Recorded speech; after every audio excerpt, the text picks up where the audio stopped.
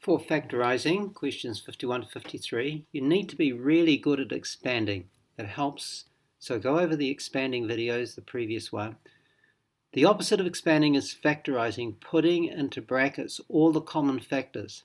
So I can see that 6 divides into both of these terms. 6 divides into 12 by 6 times 2. 6 divides into 6 by 6 times 1. So we put what is common on the outside of the brackets. We've still got the q squared there, so we have to drop that down. We've got the plus there, drop that down. So we put the 6 outside the brackets. We are left with the 2q squared plus the 1, and that's what goes inside the brackets, and then you've completed it. And you can check this by expanding. This should give you 12q squared, which it does, and this should give you 6 when you expand it out, which it does. So we know we have it correct. So for this example, I have a look and I want to factorize it. I see that 3 and 4, there's no common factor there. But I can see that we've got an a squared there. That's a times a. Here we've got an a. So one of them is common. And here I've got a b, and here I've got 3 b's multiplied together, so one of them is common. So that means that outside the brackets I have a, b. That's my common factor. If I've removed an a and a b out of there, I'm still left with the 3 and this a.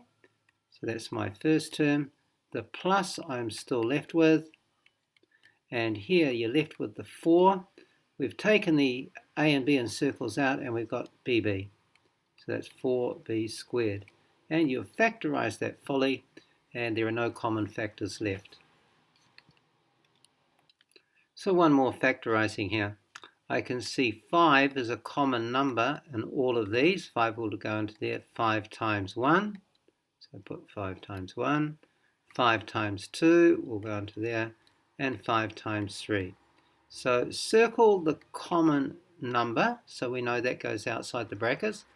Then we look at our a terms. We've got 3 of them here. That's a. We've got 2 here, a, and 4 here. Well, how many are common? Only 2 are common to each of those. So I can only circle 2 out of each of those. So that's the common thing. Do the same for the x's. That's made up of x. Here we've got 3 x's. And here we've got 4 x's. So how many are common? Only 2 of them are common there, 2 are common there, 2 are common there. So everything that is circled goes outside the brackets. So we have 5a squared x squared. That has taken care of everything in the circles, including in the second and the third term. What's left here? 1a. So we go bracket, so the first term has 1a left in it. The minus we need to drop down, so that stays there. We're left with a 2 and an x here, so that's 2x. The plus drops down, and what are we left with here? A 3 and an x squared. 3x squared. And we've factorized it fully. Check it by expanding.